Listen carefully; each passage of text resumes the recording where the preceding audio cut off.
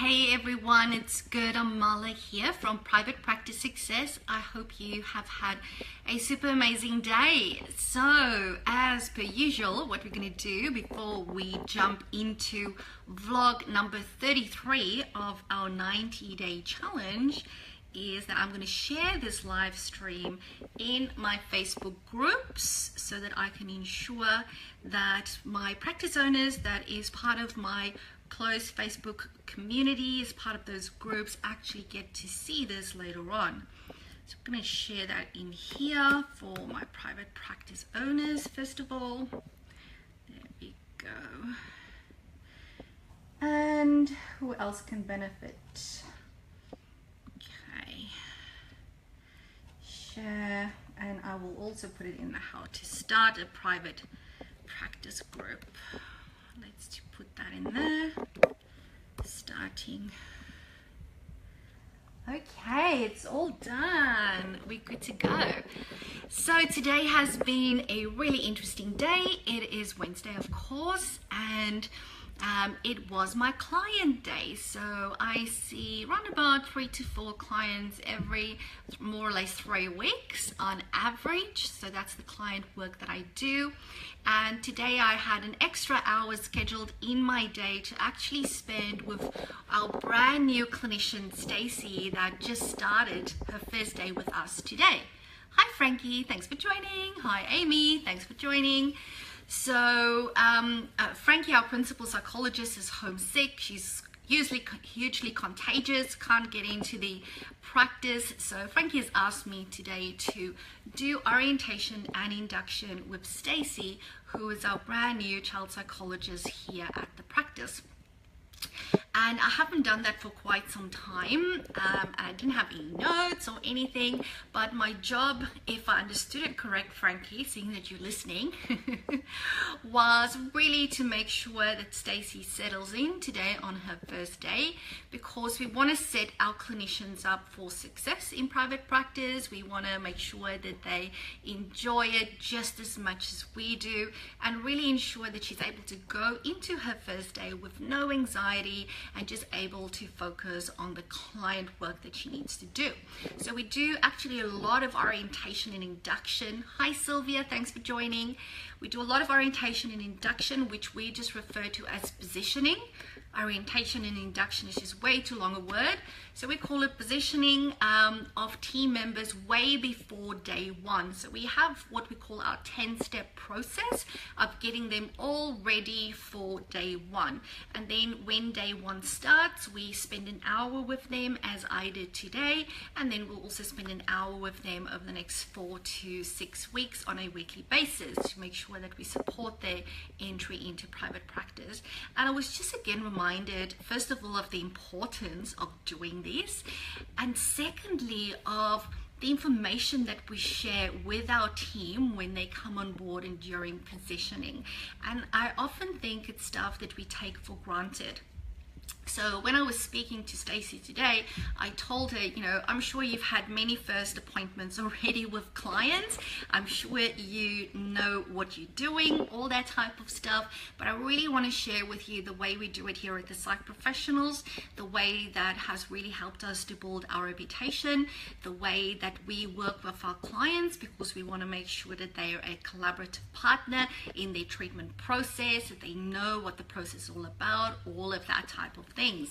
So some of the things, for example, that I shared with Stacy today was, first of all, very importantly, to start sessions on time. They don't call us the Psych Professionals for nothing.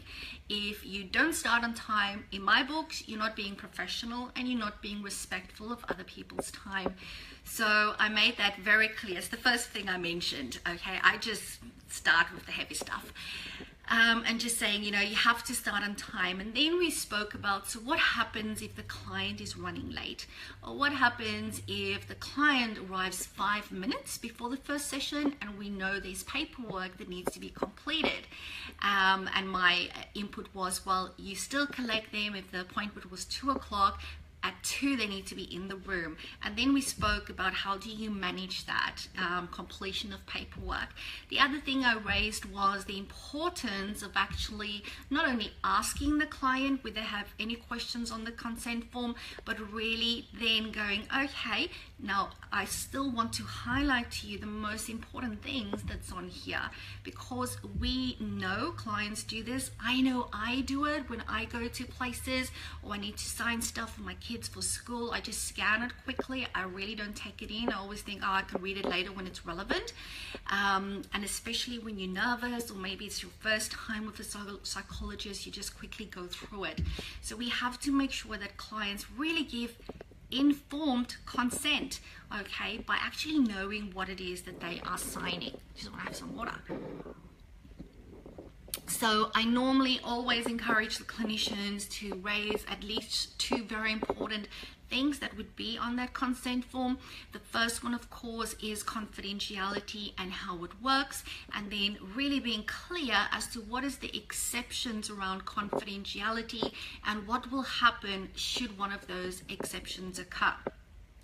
Then I also expect them to talk the client through our cancellation and no-show policy, and really making sure that you as the clinician and the client is on the same page when it comes to how that policy works, and not just scanning through it, like having an actual conversation and looking one another in the eye, so that we both understand that we know what the boundaries are around coming for sessions. Okay, that's very, very important. So that's a really important part of session 1. And then, and it's amazing how much stuff you need to do in session 1. The other thing I shared with her was really the importance of setting the scene for session 1. So whether clients have been for therapy previously or whether they've never been through therapy, they're going to have certain expectations when they come for session 1 in terms of what might happen, what if somebody else tells me what happens when you come to see a psych, or maybe if I'm bringing my child in, expecting that the psychologist is going to spend the session, you know, already giving you strategies and helping your child, or maybe my previous psychologist did things in a certain way and I'm expecting you to do it in the same way because that's all I know. So really emphasizing the importance of being in charge of your own session in a very nice and supportive manner, and going, okay, so we've just gone through the paperwork, you know, we've gone through everything, no more questions, so this is what we're going to do today. And then you tell the client what session 1 is all about. Then you deliver session 1, which of course is your intake session. And then at the end of the session going, okay, so this is what we did today, and this is what we're going to do next week. I really feel so strongly about you know, that really psychoeducation part of the process. It's an essential element to, first of all, make sure that the client knows what's happening. It helps reduce all that stigma and worry and anxiety around dealing with their mental health.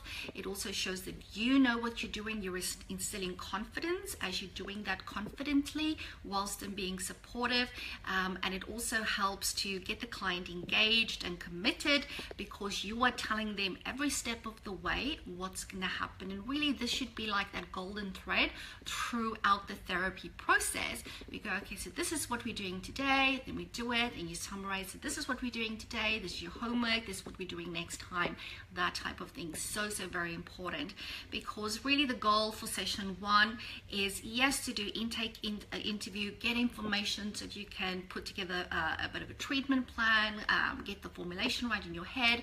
But more important than all of that stuff is building rapport, in getting the client engaged, building trust with the client. Because if you cannot do that in session 1, they're not going to come back. They're going to have a negative experience, and that's not good, because that just encourages that stigma again around mental health.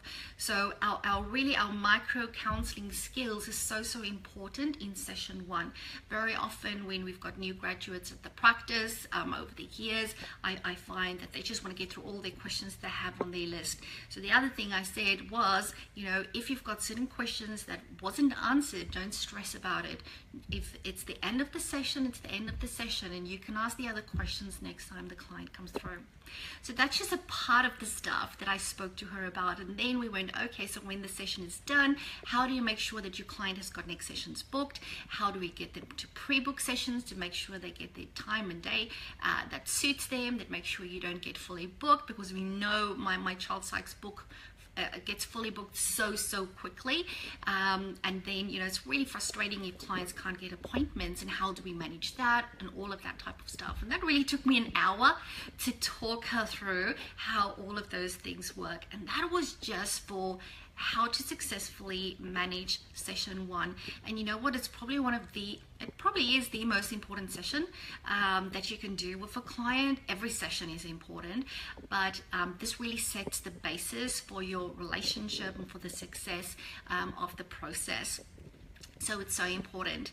And really, this is why we then meet with our new team members again next week and go, okay, so how did you go with those? Let's problem solve any difficulties. Maybe you struggle to finish on time, or, you know, something popped up, and really helping our team to get into the swing of things, but also do things in line with our model of care that we know works, that we know gets really good outcomes and treatment efficacy, that type of stuff.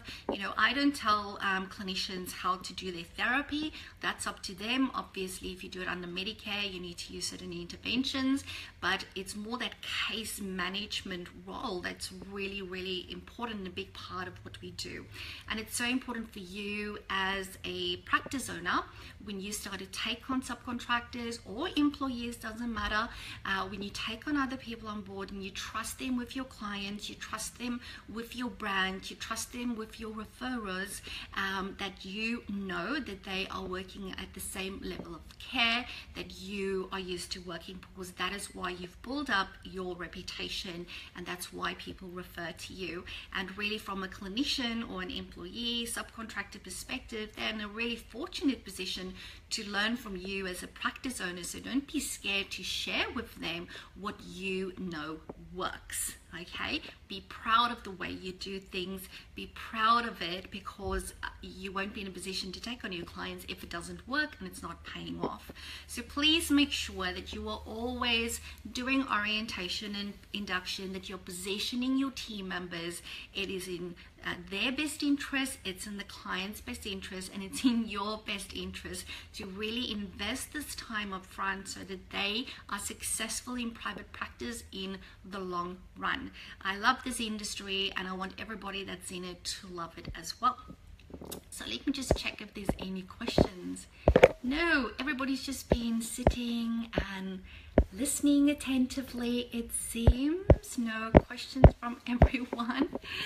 Awesome. So, well, if there's no more questions, I'm going to leave it at that for today. Please, as always, if this has resonated with you, leave me some comments, press like, press share whilst you're listening, even to the recording, because I can actually monitor the graph and see at what area you liked what I was talking about, and I can see what resonated for you. If you've got any, you know, input, please leave it on the page or in the group where you might be watching this. All right, everyone, as always, remember, all you need to do is say yes to also having your very own ultimate level 5 private practice. I'll speak to you again very soon, like tomorrow. Bye for now.